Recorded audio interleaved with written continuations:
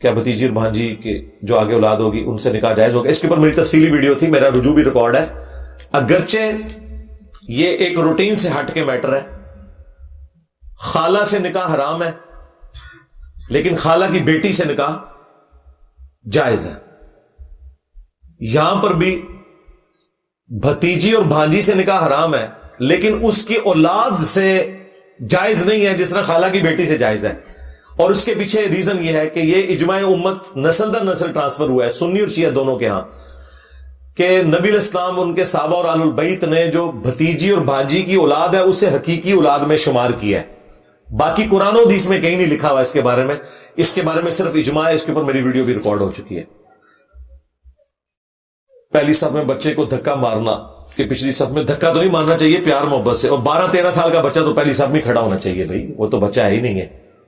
اگر کوئی انسان اپنی پچھلی لائف ترک کر کے دین کی طرف آئے تو کیا ضروری ہے اس کی قسمت میں یہ ہو کہ اس کو اتنا تنگ کیا جائے کہ مایوس ہو کر واپس؟ نہیں، کوئی قسمت میں ایسا کو نہیں لکھا ہوا بھائی.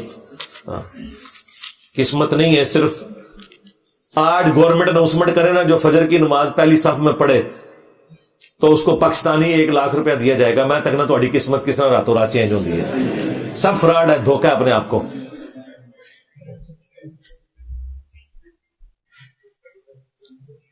حضرت عمر کا اسلام لانے کے بعد ڈرنا اور ایک مشرک کا انہیں پناہ دینا، کوئی ایسا مسئلہ نہیں. اس میں کون سا مسئلہ ہے؟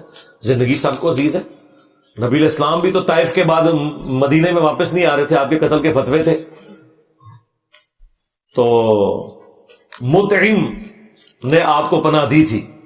بخاری میں آتا ہے نبی علیہ السلام نے کہا غزوہ بدر کے موقع پر کہ آج اگر وہ مطعم آ کے مجھ سے سفارش کرتا تو میں ان سارے قیدیوں کو چھوڑ دیتا، کیونکہ مجھے اس نے اس وقت پناہ دی تھی جب کوئی مجھے پناہ نہیں دے رہا تھا. تو دنیا کو اللہ نے اسباب کے ساتھ جوڑا ہوا ہے. نگاہ مار کے جو کچھ کرتے نہیں، یہ پہلے نہیں سب کرتے ہوتے. میں ڈنمارک میں کام کرتا ہوں، 24 گھنٹوں میں سے 4 گھنٹے ٹائم ملتا ہے عشاء تو میں پڑھ لیتا ہوں، لیکن باقی اللہ اکبر 20 گھنٹے کام بھی کرتے رہتے ہو. ماشاء اللہ تعالیٰ آخرت کی تیاری کر رہے ہو، کوئی اور جاب ڈھونڈے بھائی.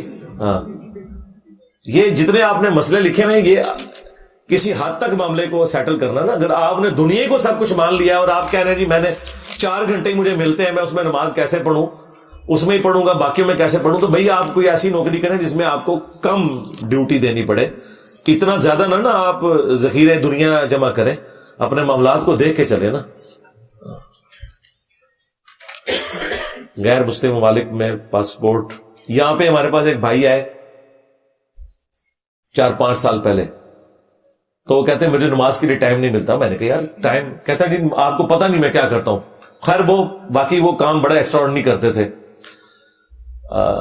امریکہ میں تھے یا یورپ میں، گورنمنٹ نے وہاں پرائیویٹ کمپنیاں ہیں جو لوگوں نے رجسٹر کرائی ہیں، وہ باہر سے جتنے فورن لوگ آتے ہیں نا، منسٹرز وغیرہ، ان کی سیکیورٹی وہ پرائیویٹ لوگوں کو دیتے ہیں.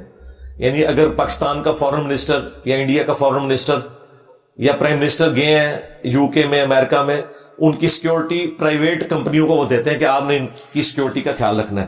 تو کہتے ہیں میری وہ کمپنی ہے تو میں اس کا مالک ہوں اور مجھے خود ساتھ ہونا پڑتا ہے، تو ایک لمحے کے لیے بھی ٹائم نہیں ملتا. سیکیورٹی کے دنوں میں نمازیں پھر ساری کٹھی پڑھوں. تو مجھے اللہ تعالیٰ نے اس وقت پھر بات سجائی. میں نے کہا اگر آپ کو اس دوران پیشاب آ جائے تو پھر پیمپر باندھا ہوتا ہے آپ نے؟ کہتے ہیں نہیں اتنا تو ٹائم مل جاتا ہے. تو میں نے کہا یار نماز کے لیے بھی کوئی زیادہ ٹائم نہیں چاہیے ہوتا، اپنے ٹائم کو مینج کر لیں. خیر وہ لاجواب ہو گئے. غیر مسلم ملک میں پاسپورٹ لے کر پوری عمر کے لیے مقیم ہونا جائز ہے؟ تو سارے غیر مسلم ملکوں میں ہی ہم رہ رہے ہیں نا. غیر اسلامی ملکوں میں، مسلم ملک تو سارے ہی ہیں جہاں میں مسلمان رہتے ہو، اور اسلامی ملک کوئی بھی نہیں ہے. اگر آپ کہتے ہیں پاکستان اسلامی ملک ہے تو یہاں تو پھر میٹر بجلی کا لگوانے کے لیے آپ کو رشوت نہیں دینی پڑتی ہوگی. نہیں وہ تو یورپ میں، تو پھر یورپ اسلامی ملک ہوا. ٹھیک ہے، تو ان چکروں سے باہر نکلیں. اسلامی ملک اس وقت کوئی نہیں، سارے مسلمان ملک ہیں، خواہ وہ کافروں کے پاس ہوں یا مسلمانوں کے پاس ہوں. بس آپ گیون سرکمسٹانسز میں اپنے معاملات کو لے کے چلیں. آپ نے اپنی ایک ویڈیو میں عرب کے ایک اسکالر کا بتایا تھا کہ انہوں نے مدلس کی ساری روایتیں جمع کی ہیں، اس کتاب کا نام بتا دیں. اردو میں تو میرے بھائی کوئی نہیں، وہ کتاب آئی ہوئی ہے. عربی کے اندر وہ کتاب موجود ہے، اس کا شاید PDF مل جائے. میں نے وہ کتاب خود تو اس کی کوئی ہارڈ کاپی نہیں دیکھی, مجھے بھی کسی نے بھجوائی تھی, اور شیخ زبیر لزئی صاحب سے بھی اس پہ میری ڈسکشن ہوئی تھی. کچھ کام تو شیخ زبیر صاحب نے خود بھی کیا ہوا ہے. ان کی جو الموطا امام مالک چھپی ہوئی ہے نا, اس میں کئی ایک حدیثیں بخاری مسلم سے انہوں نے لی ہیں, اس کی سما کی تصریح دوسری کتابوں سے بھی کی ہوئی ہے.